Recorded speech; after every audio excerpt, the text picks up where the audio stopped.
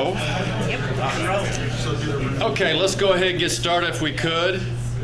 Welcome, everybody. Thank you for being here on May the 1st to our board meeting for the Downtown Lexington Management District. We're meeting every other month now, so we have a number of things we'd like to go over. So we do have quorum by the head count, so that looks good. The first couple things on the agenda are motions on the consent agenda to approve the minutes from the meeting we had back on March 6th, as well as approval of the financial statements. Paula is not here today, so Terry's volunteered to answer any questions about the money. No, I'm just kidding. No, he didn't, but he will. We have $374,000 plus in the bank. Most of our money is in from the sheriff so far. We're right on budget with regard to what we expected thus far. So the chair will entertain motions on the approval of the previous minutes as well as the financials, unless we have any questions. So moved. We have a second? Second. Any other discussion? All in favor, please say aye. Aye. Opposed? Great. We have now entered to the public forum phase of our meeting, and we are pleased to have a presentation here by Lieutenant Corey Doan and the Lexington Police Department. These are the folks we see on the bikes downtown. Thank you, Jake, for having these fine folks join us today. We're going to give you the floor as long as you like. Thank you for being here. 2 hours good? 2 hours is perfect. We'll lay back. As mentioned, I'm Corey Doan. I'm the lieutenant of the Bureau of Special Operations. With that, the downtown bike unit is down there, as well as the clear unit. We're asked by Mr. Gibbs here to kind of give an overall kind of downtown staffing from the Lexington Police Department. So I'll introduce Sergeant Jason Orth. He is our downtown bike sergeant. He's been in position about 2 years now, I think. And then Officer Howard Florence, as I think most people know, we can't get rid of him. Just joking, no. He's been here, he's been on the police department 25 years. Oh my gosh. He's been in downtown at least 10. So he's integral part of he's on day shift down there. So I've told him he has to give me a 1-year notice before he retires, because it's going to take a while to train somebody up to be Howard, or Howie as we call him. So in general, I'm going to kind of go over what we have kind of staffing wise. So first off, this is a sector map of the whole city of Lexington. So we have we're a sector system, so there's 3 sectors that you can see in orange or yellow. I guess yellow is our west sector, blue central, and then purple is the east sector. So patrol is our biggest bureau. Over 50% of our manpower is in patrol, so they are responsible for staffing every piece of this puzzle. So each commander of every sector has their officers for first shift, second shift, third shift, and then they have to come up where crime is, where cars are getting broken into, and they kind of pattern that out. So and the lieutenants kind of get some say and so forth for the shift lieutenants. What we'll be kind of talking about is kind of our downtown, which is 21A, 21B is kind of central downtown. So that's most of the restaurants, as we know, businesses. I don't have to really go into that. I think we all know what's there. So, so this is kind of what we look at for when we look at the kind of downtown entertainment district. So it's kind of 21A. So it kind of starts out north side is kind of 3rd Street, comes down to Maxwell, and then it picks up by 21B. So you got all the way down to Red Mile over to Cooper. I know it's kind of hard to see, but so for patrol purposes. Each shift, 24/7, 365 days a year, there's patrol officers in this area. I'd say at least probably 4 officers per shift are responsible, probably 2 in 1B, 2 in 1A, and if they aren't on a call somewhere else, they can be pulled out of that area, but if they aren't on the call, they're patrolling those areas. So if a call goes out straight downtown, they're gonna ask one of those officers. They'll respond, say where they're located, where they're coming from, and more than likely they'll be in their sectors there. So as we'll show, so then the Downtown Entertainment District was officially established in 2013. Before that, up to early 2000s, we had 2 guys that kind of, Paul Smuck, I don't know if anybody remembered him back in the day, he did it for 20 years. Him and Roger Cobell and Jones Hyatt, they're kind of the first ones that they first started late 1990s walking the area during the day shift time, and then as downtown grew, we added Howard and some other ones. And then in 2013 when it was officially, the Downtown Entertainment District was formalized by Chief Barnard at the time. And this is kind of the parameters of it. It's very flexible and fluid, but that's kind of the where the bike guys usually stay. That doesn't mean something comes down here or farther on Broadway. They do span out, but their primary area is that located right there. So 2013 is when we started adding. We used to have just day shift. That's when we added some night shift in 2013. As we know, downtown continues to grow. It started with 2 day shift, 2 night shift, expanded to 4 day shift, 4 night shift, and today's numbers. So as we see, we have 1 sergeant over the downtown bike unit is what we call it. 5 day shift and 7 night shift is kind of what we use for staffing right now. So the main coverage for day shift, we do not have Sunday coverage, but I mean special events we'll pull them in for that. But mainly we try to hit the time when downtown's the busiest for day shift. As we know, Monday through Friday, the businesses and patrons, and Saturday, farmers market, and so forth. So that's when day shift's covered with those 5 day shift officers, and Sergeant Orth kind of make sure everything's squared away. Usually we have at least 3 day shift officers on bikes every day downtown. At night shift, also we have to increase the bars and restaurants.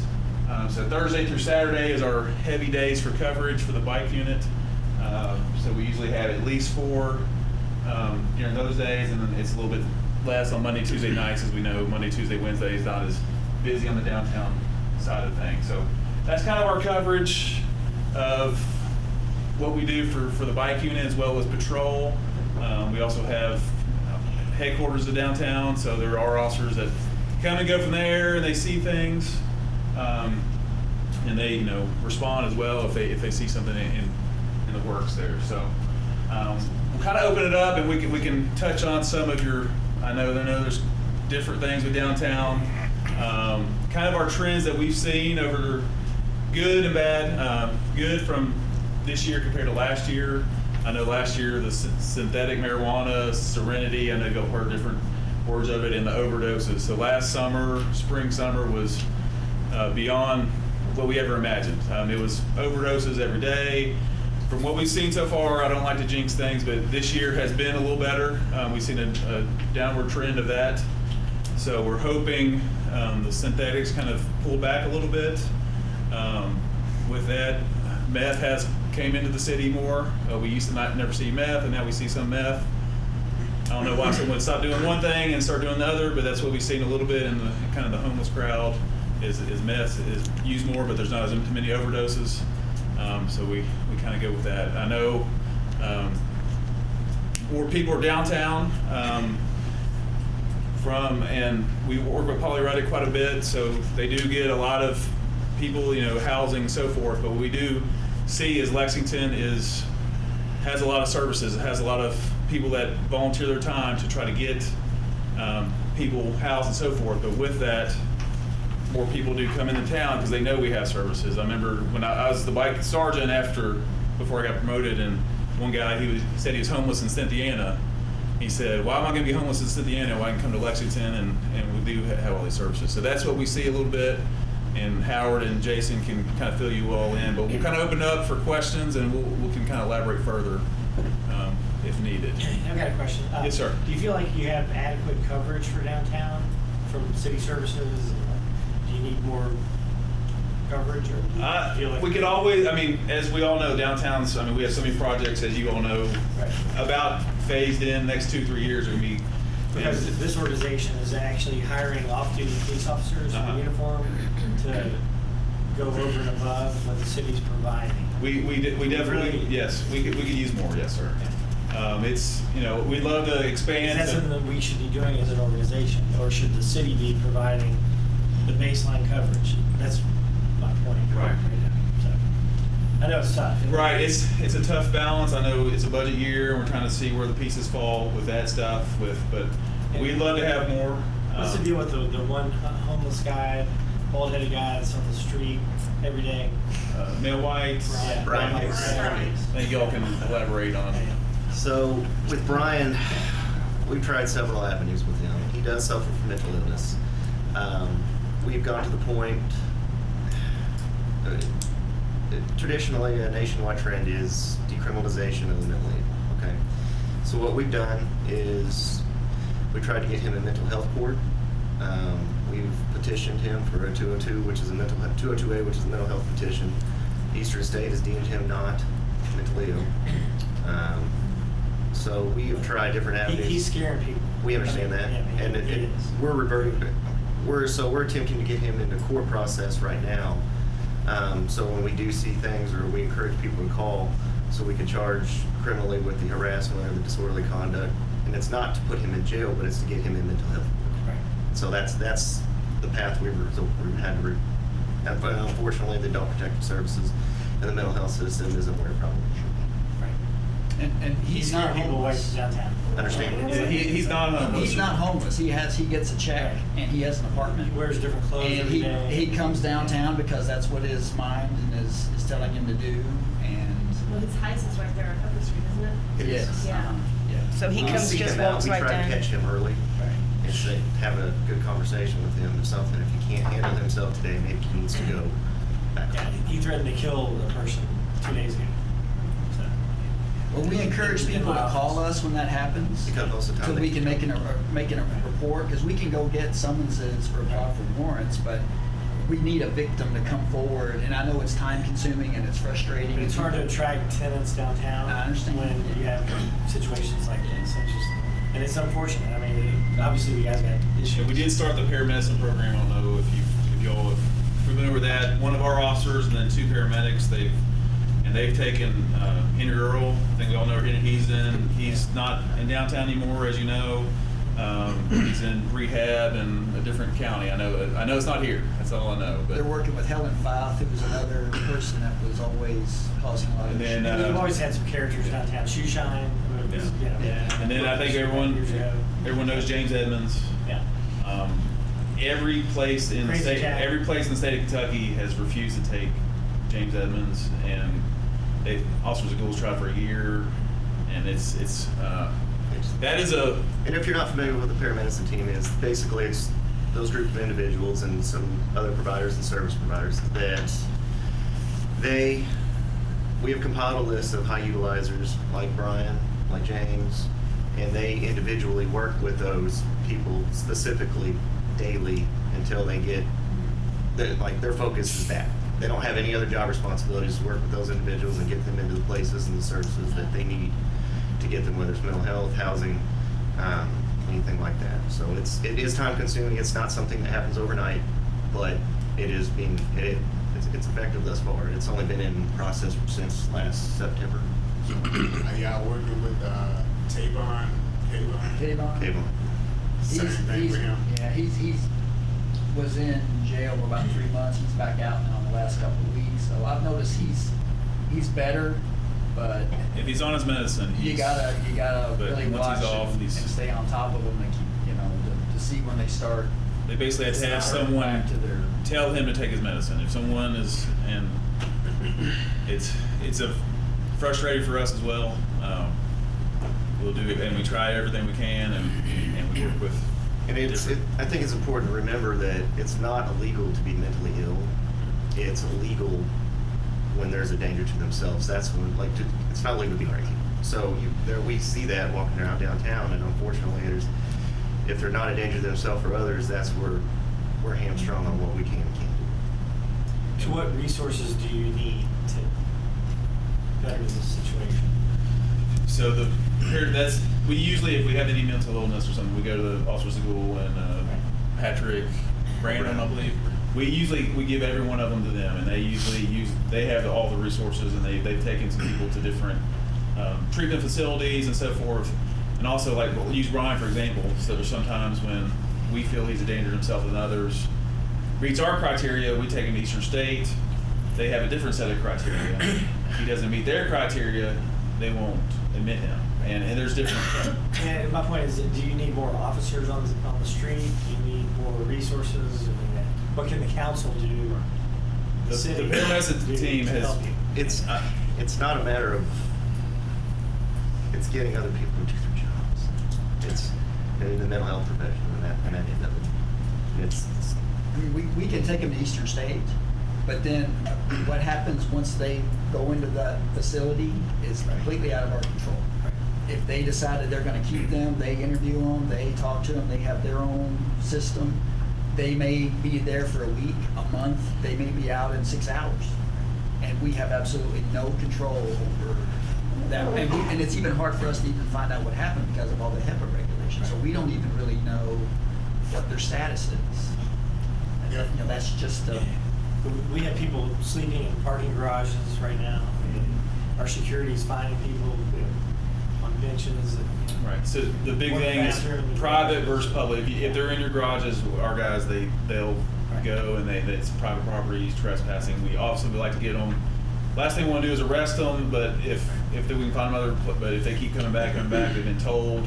Obviously, the business owner we arrest quite a few that won't work with us on that stuff. And are you seeing that at all? Oh, yeah, the parking authorities had to privately staff our garages. Transit Center is one of the worst ones, you know, because people hang at them, they do what they run off our patrons. We have people that, you know, a lot of city people park there. And even when we make arrests, it's trespassing, you know, and as disruptive and as uncomfortable it is for people to have to deal with that, they're in jail a day or two. And then they're right back out 2 days later doing the exact same thing. So we really try to convince them to go use the shelters. I mean, I've been here 25 years. I've been downtown over 12. I have never seen more opportunity for people to improve themselves than it is now. But you're going to have a hardcore group. Right now, it's probably, I would say, 10 to 15 that will not avail themselves of any of the services that the city is offering with Catholic Action, with Hope Center. I mean, they just refuse to do it. They don't care to sleep under a bridge. They don't care to sleep in a stairwell. And trying to change that mindset is extremely difficult. So I would encourage you to keep working with the council and the mayor, and asking for the resources that you need. With the parking garages too, that's an ongoing extra patrol for us. They probably take enforcement action 2 to 5 times a week of actual either citing somebody or taking people to jail. That's not the actual encounters, but we check parking garage, Transit Center, Victorian Square, Chase Bank Garage, any of the parking garages, we will check those regularly, nightly. And if we see The somebody. judges have expressed to me their frustration. We've heard about the mental health system at Eastern State. They'll send them over there, but as they say, in 24 hours, most of them are already out. And Eastern State is owned and controlled by University of Kentucky. That's who calls the shots over there now. And the court system, and they're very frustrated about it. They see the same people over and over. That's all I hear from these judges. So I don't know if that means they are mentally ill, and you're right, it's not a crime to be mentally ill, and it's certainly a situation that needs to be addressed, but it's not being handled. It's going to be a matter of time for somebody to get seriously hurt or killed, and you and I both know. But my issue is, as an organization here, we're funding off-duty police officers. Well, here's the problem with that. I don't know how much you know about this. I was going to talk about this. Is no disrespect to you. You guys do a hell of a job. You truly do. But our off-duty program has been nixed by the police department, the chief, because we cannot hire off-duty police officers to pay them separately to handle this. We have to go through the system, which means we're paying overtime, which costs us way more than we can afford. So we're meeting with the mayor at 3:30 today on some other issues, and I think we need some assistance how we can address that. We're willing to put resources, dollars to this, our district. This is our #1 issue that all our constituents tell us about, but that's been a bit frustration because we've been trying to augment what you all do, and it's hard to do it, you know? Hopefully y'all work that. Yeah, that's we're told at the kind of staffing level, I agree. but we understand. Yeah, we'd love to have that partnership and more officers, and we understand the financial things well. So. But the private sector shouldn't have to augment public safety, in my opinion. I understand. You know, it's a problem. It's a problem that I think that we all have to address, and I think we all try, but we're obviously not making it happen. But anybody else have any questions for these fine folks? All right, a situation like with Brian, say if I saw him threaten somebody like Mr. Webb said, or anybody in here seen him threaten someone, if they called and reported it, could something be done then? Yes, sir. So it's So if terroristic threatening is a common thing of someone threatening, like Yeah. say he's going to kill someone, we could call us. Your CFO Yes. talk to him, and he's like, "I'm going to kill you." Like, Okay. Yes. So, two things with that. One, when those incidents happen, people don't call, unfortunately. That's our. And part of that is they think nothing's going to happen, but that's the thing we got to kind of get away from. But Recently, we've had a law change, which it's given a little bit of teeth, but not much. But instead of being, when it used to be a terroristic threatening where an officer did not witness the incident, it would be a report only and be up to the victim to go up and do the follow-up and do the criminal complaint. That's just the way it worked. Now, if we have probable cause, we can go back and at least cite that individual for the incident. So it does give them a court day to put them in the used to, system. we had to hear it happen for to arrest or cite. Now, if we aren't even there, the law has changed a little bit to help us a little bit on that. Right, so, well, there are groups like the Breeders' Cup moved downtown to the old courthouse. Their staff initially were pretty scared to park in a parking lot and walk to the old courthouse because of the encounters that they were receiving. I think it's gotten better, but I initially. think so, yeah. Well, it's gotten better because of David's team. Yeah, absolutely. Specifically. They're a huge That's help made to us. There were longtime tenants out Harrisburg Road. Moving downtown was concerning parking and issues like this. Concerned with. And I know it's hard to get people that aren't used to encounters like this, but I can tell you the vast majority of the people you see are not going to be violent. They may be somewhat intimidating if the way they look, maybe the way they approach people.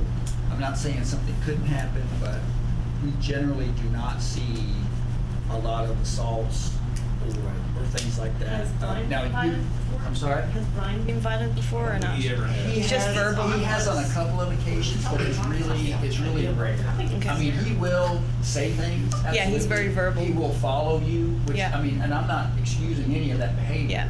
But as far as somebody, thinking that Brian's gonna necessarily stab them Right. or pick up something and hit them with it, I mean, I'm not saying. it James can't Edmonds is a happen. little different. He'll Yeah. usually And there's a carry couple some that type are more- of something with him, and he's tried to stab a few of our officers. And he's the guy with the dreads, is it? He's No. a wheelchair. In a wheelchair. Oh, okay. Can't He stand can't Okay. talk, he's got He goes down Okay. traffic and. Okay. How about Crazy Jack? Jack Moore gives us no trouble. Yeah. He's been living under the bridge at Delaware Right. for 20 years. Oh, yeah.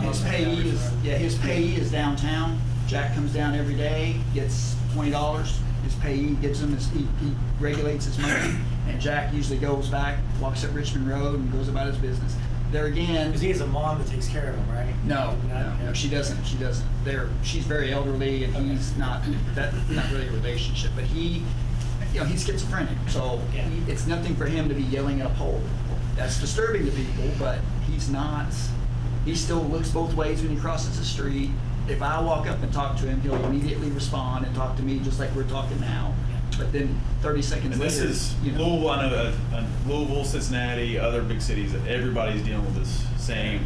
Theirs is a high scale as well, in the camps, do you remove the camp, Louisville, I know they're dealing with it in Cincinnati, and they've had a lot it's tough issues for everybody.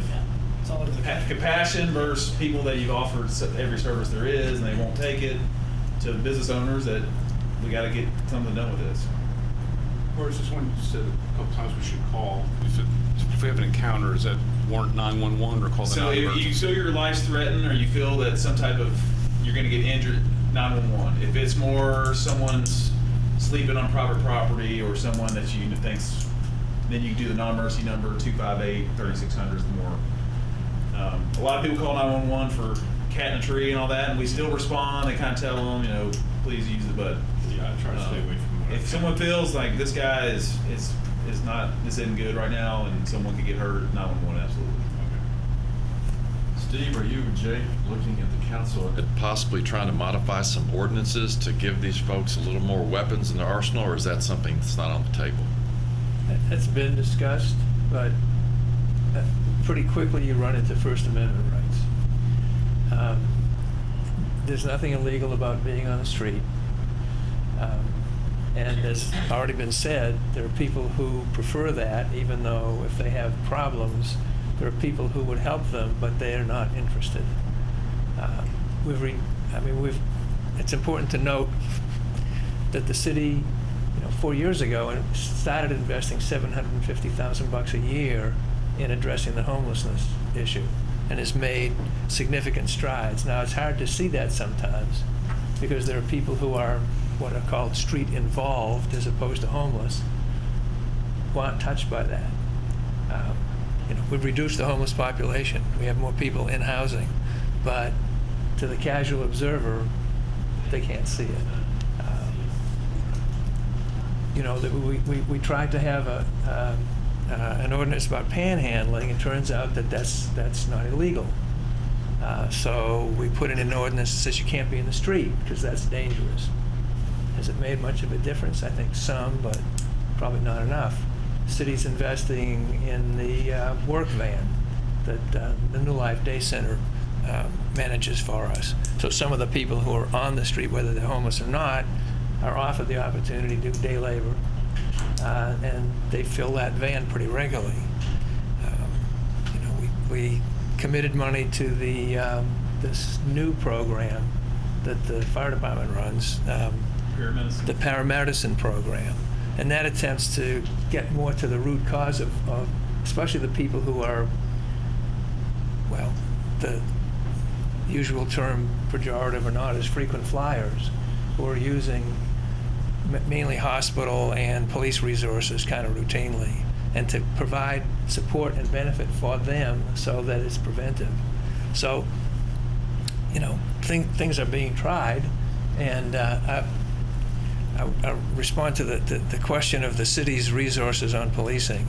I think if you talk to the police, they will tell you that they've been interested in getting a fourth sector for a few years, and that it's prohibitively expensive, and so we won't be doing it this year either.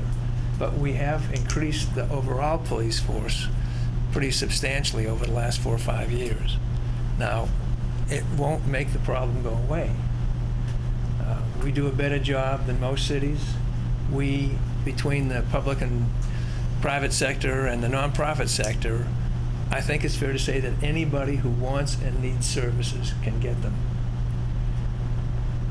which is an unusual statement to make. And we just saw that the veterans homeless situation has been addressed. So, work is being done.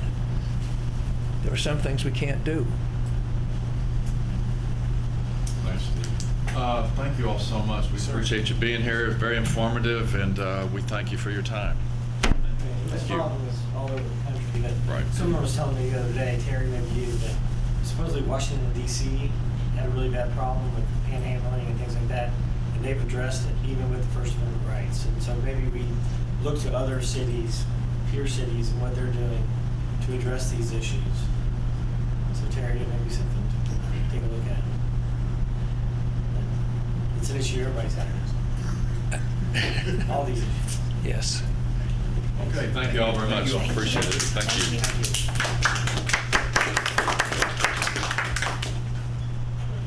Okay, the next item on our agenda is the 2019-2020 Priorities/Budget Development Committee. The Executive Committee's been talking. We think we need to get quickly organized, because we're only meeting every other month, to create a focus on what our priorities are for the next fiscal year.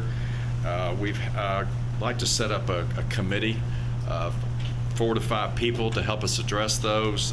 We've had a couple of volunteers. Paula, who's not here, does not know, but she's volunteered to do that, which is great.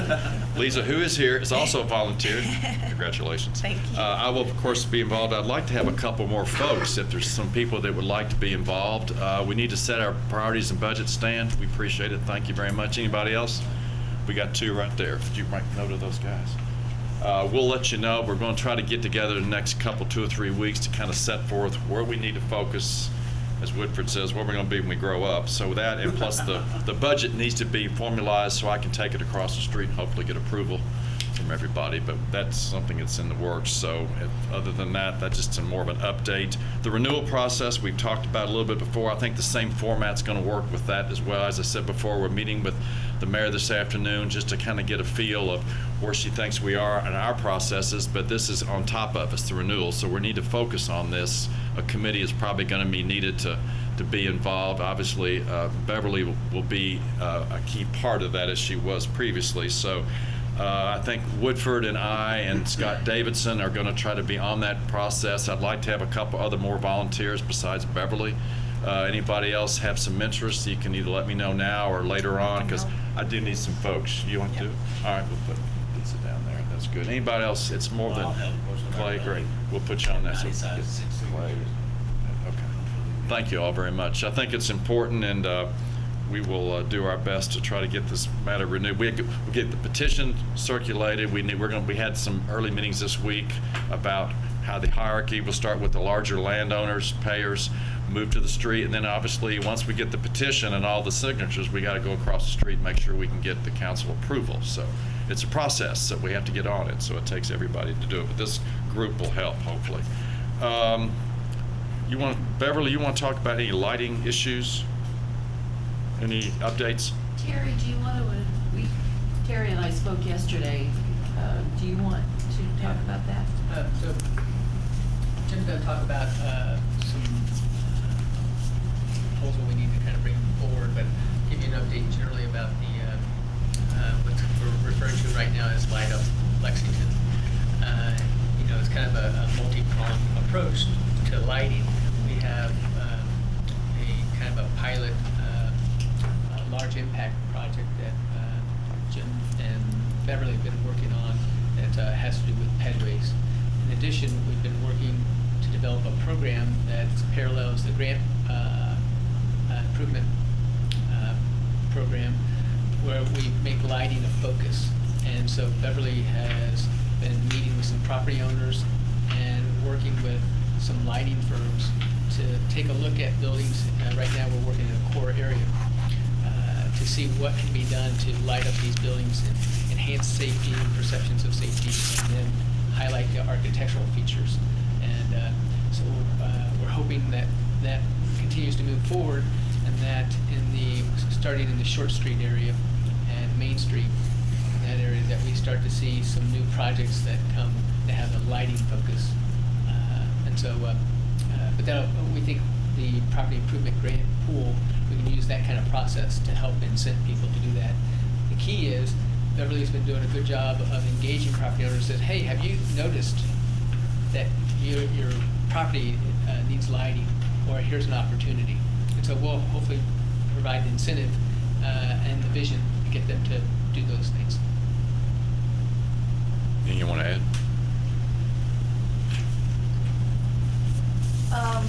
Only that I think it's going to be a really good project, and I think we're going to get some results. We had a pretty good almost breakthrough yesterday. I'm so excited, but I can't tell you about it yet because She led us to the finish line. Actually, there are two prongs to this. The whole idea of lighting up Main Street, starting with the Pedway project. That is practically all funded. We've got enough money to put the order in for the lights, because it takes 6 or 8 weeks to get those manufactured. But anyway, so we have enough money to get that going. And I think we're going to get the last little bit.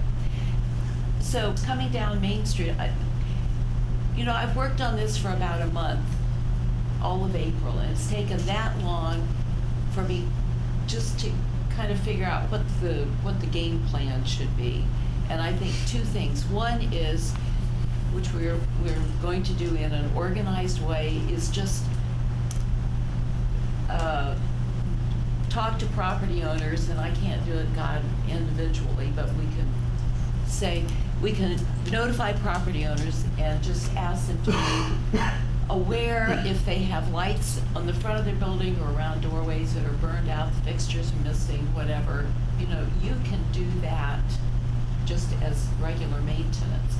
The other part of that is lighting in some form or fashion, putting some light on the front of buildings. And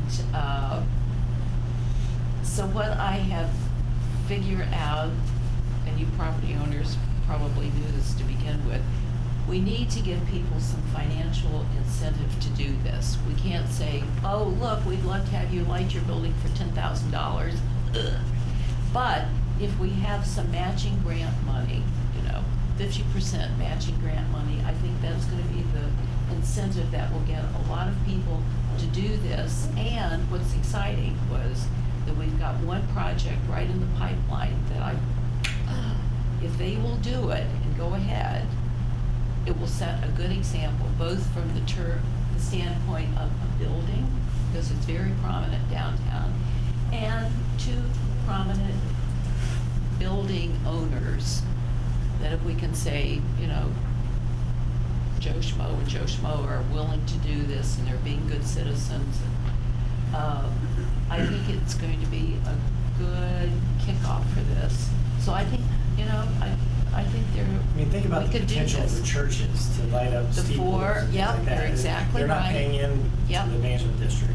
Yep. But they can opt in. Most do not. I mean, we've had a church donate and contribute to the management district, but that's something they can do to enhance downtown. You're exactly right. And of the 4 steeples that you see north of Main Street, well, Central Christian doesn't quite have a steeple, but they have a big bell tower.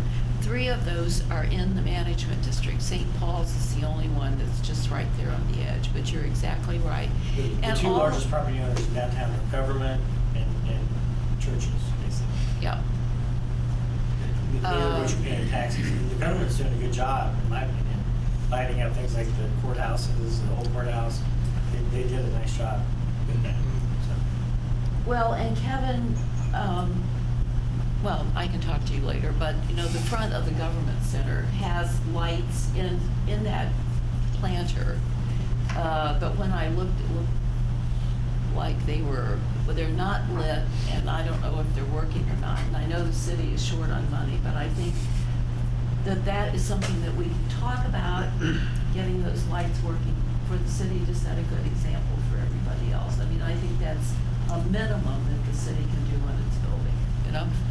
So. One thing about those improvement grants, it's a great idea. We only have 6,000 left in our current budget, but with the 50,000 that we're unable to allocate for our extra officers because of this glitch on, we might be able to reallocate some of those numbers, those dollars, to help do some matching grants. People light up their Yeah, establishments. And I think that would be a big help. And honestly, it just takes a lot of, first of all, we need to make an announcement that this is happening. So Terry and I talked about that yesterday. Let's get that done this week, to notify property owners that we're going to do a lighting program, and, you know, these are the basics and this is what you can do. We have grant money available. But honestly, a lot of it is just going to talk to people. And it just takes time. But I was so encouraged by, you know, Can you the get the Herald reception Leader that we to got pick up on this yesterday. and write an article? I'm sorry? Do you think you can get the Herald Leader to write an article about the launch? and Honestly, the I effort, don't. you know? I don't, because Come on, there's, get connections over there. there's nobody there left to write it. Valid. And I don't even know if we sent them a press release. I mean, I can call Peter Vaniak and ask, I think our better, I think Business Lex, maybe the Chevy Chaser, and I think we should put I don't tweet, but maybe something, tweet something about it, and then put something on Facebook, and certainly email all of the property owners downtown, and do it in, you know, a catchy way. Let's don't just be stodgy about it, but, so I think, you know, I think there are I things might that take can a do. moment to introduce someone who's new here.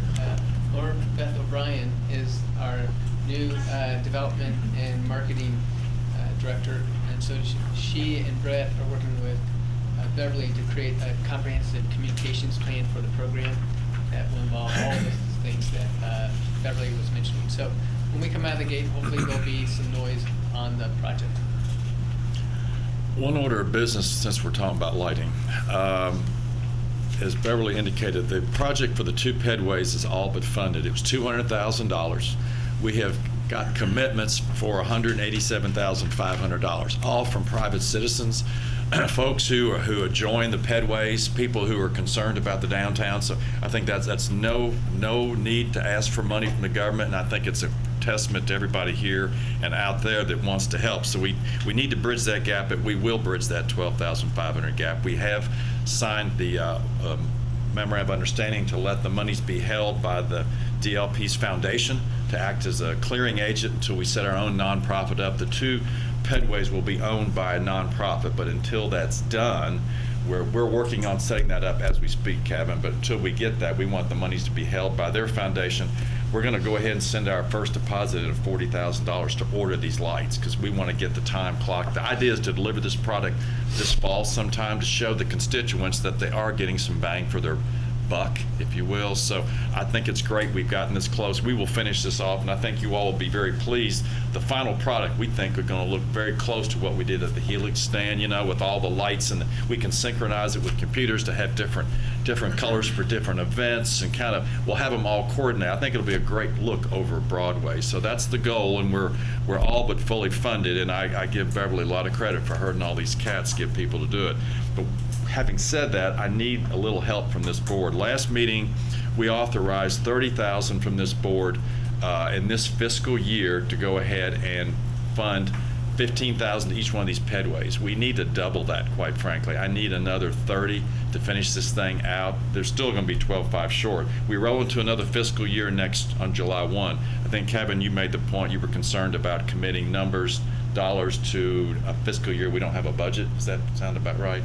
And I totally understand that, but I think we'll have 100,000 left by November of this year, in my opinion. So we have a cushion, which we've all talked about. We shouldn't be having cushions. We need to spend this money, get it in, get it out, put it out there. But having said that, I'd like to see if the board would re-entertain the ability to go ahead and commit for the next fiscal year another $30,000 toward these pedways, so we can then get close enough to get some other folks to fill this gap for us. So that's what I'm asking for. You have a comment? Jim, yeah, you could use dollars this year.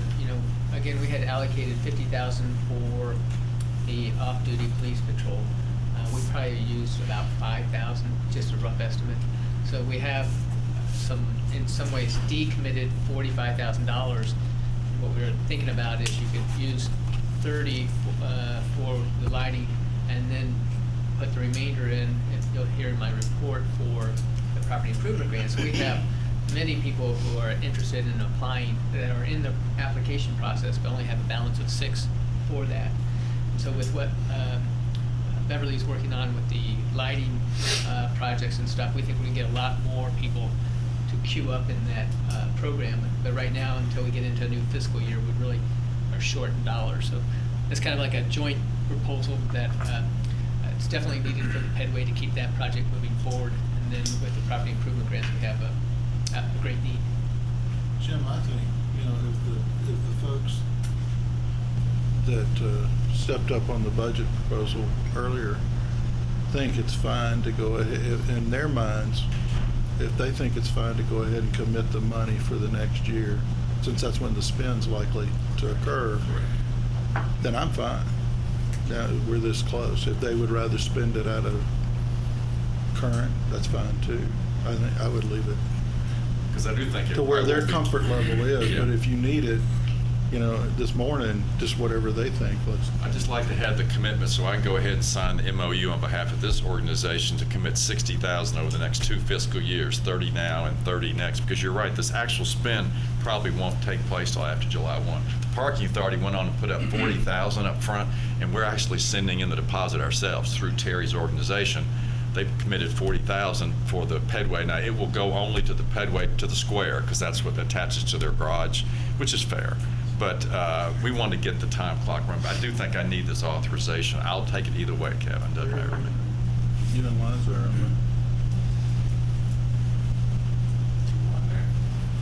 This year, pay it from this year, or pay it from next year? But which year you pull it? Which do you think makes the most sense, to commit it to take it out of this year's funds or commit it for next year? My only concern about, we keep talking about this money we're not going to use. We're going to need to do, whether we like it or not, some auxiliary support for the police officers. They're doing the best they can. We're going to need to fund something somehow. We'll see if we can work it out with the city. And they can be in the next fiscal year. It'll have to be, because this is not going to go away. So it's not we just found this money. I So mean, Jim, what's your preference? I don't think I'm going to need it till next year, till July But 2nd. Can you sign the contract though? I think if I've got the commitment for these 2 years, I'm going to go on and sign the contract, if that's okay with you all. Larry, is that all right? Yes, I do. Then I'll move that we allocate or plan to allocate, however it needs to be phrased, the money to cover this out of the next year, out of the 60 out of the next year's budget. We have a motion, we have a second. We have a second by Whitford. Any other discussion? Stan? Just a friendly amendment. I like the idea of what Beverly's talking about. This is really just a pilot program where we're matching a private commitment and partnership. And it seems like this is more than meeting that kind of idea of shared costs. So my only friendly amendment would be that we formalize what that kind of partnership can look like in the future for additional projects. And this is just a pilot to show how it works and what kind of criteria and partnership we're looking for. Does that make sense? Just so that it may be a recurring thing. This is just the first project. And we do have a grants committee. We have a grant budget every year that I think Beverly wants to tap into to exercise some of these lighting opportunities, correct? But I think that's a good point, Stan. Yeah. And it's far below the 50% match, so it falls in line with that. Yeah. Okay. Motion second. Larry? Okay, well, everybody understand what Stan's saying? I think it's a good point. Thank you, Stan. Any other discussion? All in favor, please say aye. Aye. Opposed? Okay, great. Just an observation for you, Beverly. And we're over in Kentucky League Cities building, right there at Limestone and Vine. Oh, yeah. And they've changed all the lighting on that building. I've noticed. You're a great example. And, yeah, well, it is. It's, I guess, a high-powered LED light. Yeah. It's very bright all around the building now. Yeah, it is. It looks So if you need an example, Brianna, thank you. Thank you, since you're on the board. I think we kept having issues. There was like feces spread all over the windows one night, and it was terrible. So we had to light it up because we were having a lot of issues. I mean, lighting What, are helps you with in security and facility? enhances the. I work own for the the Kentucky building. League of Cities. They own the Oh, building. yeah. So has it worked? Yeah, we haven't had any issues for a couple weeks. So you did it for safety and security? Oh yeah, it was like issues day after day after day. Yeah. You know, the interesting thing about lighting is it's just a relatively inexpensive way to make a really dramatic improvement instantly. And lighting can be inviting, and it can also be a deterrent, just, as you have said. So, good. Well, I appreciate the support of this organization, and, this is your project, but I think we can get a lot done and see a lot of results in a few months with some fun stuff. Thank you very much. Let's keep moving if we could. Annual meeting update, State of Downtown. Yeah. Terry? So, I think many of you attended the March 25th annual meeting. First time it was joint. We did publish a joint annual report, and at the meeting you got the small brochure that we had printed. But if you remember, we had a partnership where this was distributed through the Herald Leader, and 38,000 copies were distributed throughout the city. And then it's lived on their website on what's called a content hub that's jointly kind of promotes what the Mainford District and DLP are doing. And that will live on the website for a year, and has been promoted through their social media tools for the last 30 days. And so, again, at least word's getting out about kind of what we accomplished in the last year. We have coming up on June 19th, our first State of Downtown, jointly hosted by this organization and DLP, where we'll be essentially presenting the economic indicators, benchmarking the health of downtown, and then talking about kind of future trends in real estate and what will be happening in the market. So that will start at, doors open at 4 o'clock. It's at the Lexington Opera Place. There'll be a brief presentation with video and those types of things, and then a expert panel, and then a networking happy hour following. So it'd be about an hour of program and then an hour of adult time. So. Interesting phraseology. Okay, improvement grant update. Yeah, as I mentioned, we continued. Ethan's on vacation, so he'd be giving this report if he was here. But I think he's being pursued by, or pursuing 6 applications. I forget exactly at what level, but definitely we have $6,000 left in the joint account that will likely get exhausted. And I know Beverly's just now starting to talk to a number of folks. So there is demand, and if folks were interested in, again, allocating some dollars towards the program so that people can apply this year. So we have 60 days left in this fiscal year.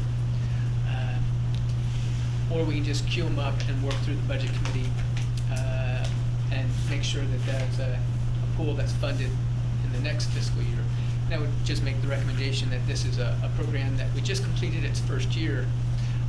Jointly, we put in 30,000, 15 from DLP, 15 from Downtown Lexington Management District. And as it starts to pick up momentum, we'll probably get a lot more applications.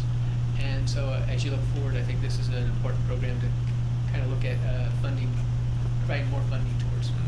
Have you decided what you're going to do with the 6,000 that you had left over? So we have applications in that probably exceed that, yeah. So the budget, the Property Improvement Grant Committee will be making those decisions. I needed 6,000. It's 6,800 to be exact. And we'll talk offline. Well, since you're next up on the agenda, tell us what's going on. No, I was going to ask about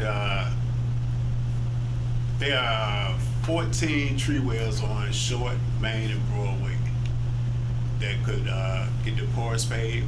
Right now, it just has the rocks and sand in them. It costs $600 to $800 to get all 14 of them done.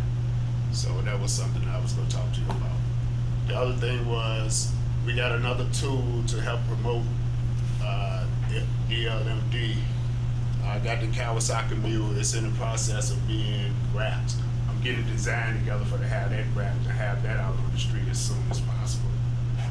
And one other bit of good news, one of the ambassadors, Marvin Bowles, he's getting an award from the Kentucky Police Department and Citizen Police Academy, I believe it is, on June the 18th for stopping a guy from jumping off the bridge. And that'll be on June the 18th at 6 p.m. at the Lexington Center. Do we own this building?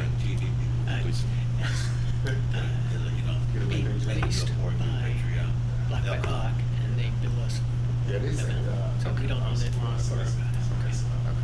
Great. For you to make sure y'all know that the Kawasaki Mule is referring to block by block leases it, and then they back it into our payments. So, but it's their vehicle, so it's not, we don't own it or anything. Jake?